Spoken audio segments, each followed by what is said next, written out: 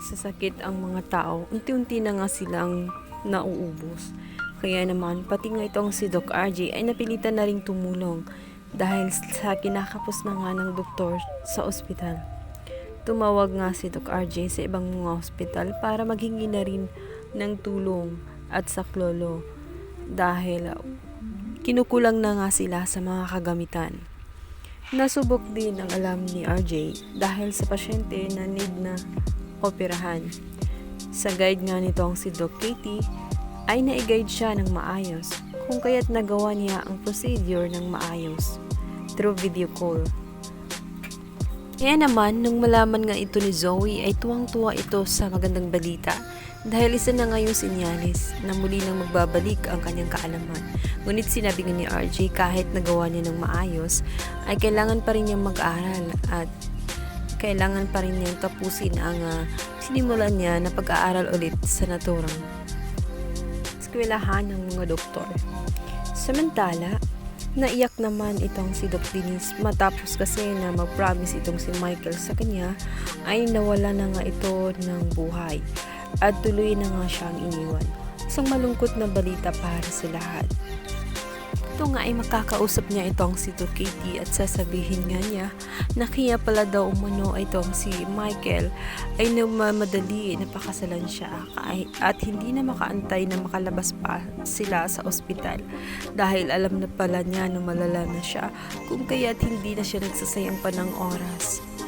At ito pa rin ang pangako dito kay Denise. Nabigla naman itong si Doc Katie sa kanyang mga narinig. Labis din siyang nalulungkot sa biglaang pagkawala nitong si Michael. Talaga namang napaka-unfair umano ng buhay ang sabi nga nitong si Denise. Kung kailan nga sila naging okay ay sa tayo naman mawawala itong si Michael. Ngunit nangako siya sa kanyang sarili, kaalang-alang sa iniwang sumpaan nila ay talagang lalaban itong si Denise at gagawin niya ang lahat ng makaligtas ang kanyang buhay. Lang si Denise ang labis na naapektuhan sa biglaang pagkamatay nitong si Michael.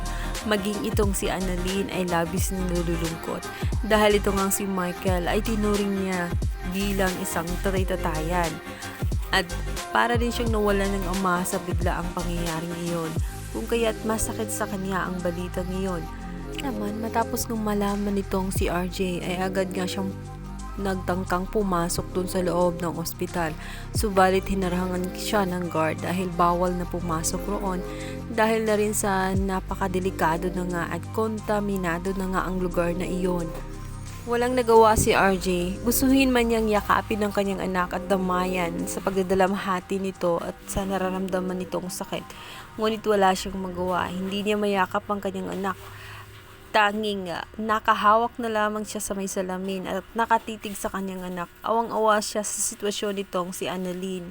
Subalit wala na nga siyang nagawa kundi ang sabihan na lamang si Annalyn na lumaban at lakasan ang kanyang loob dahil kailangan pa nga siya sa loob ng ospital. Samantala, isang masamang balita din ang sasalubong sa kanila dahil ito nga ang si Doc Eula ay biglang nawala at malaman nga nitong si Doc Lyndon na ito pala ay nawawala sa isolation room kung saan siya nakapwesto at hahanapin nga ni Annalyn yun at yun ay makikita nga niya na nasa ibang room.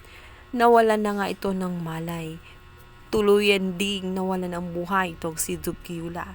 Labis na nalulungkot si Annalyn sa mga pangyayaring iyon. Napaiyak siya ng husto. Ngunit habang pinagmamasdan nga siya nitong si Doc Lyndon ay nagulat din siya dahil may makita nga siyang mga dugo sa ilong nitong si Annalyn.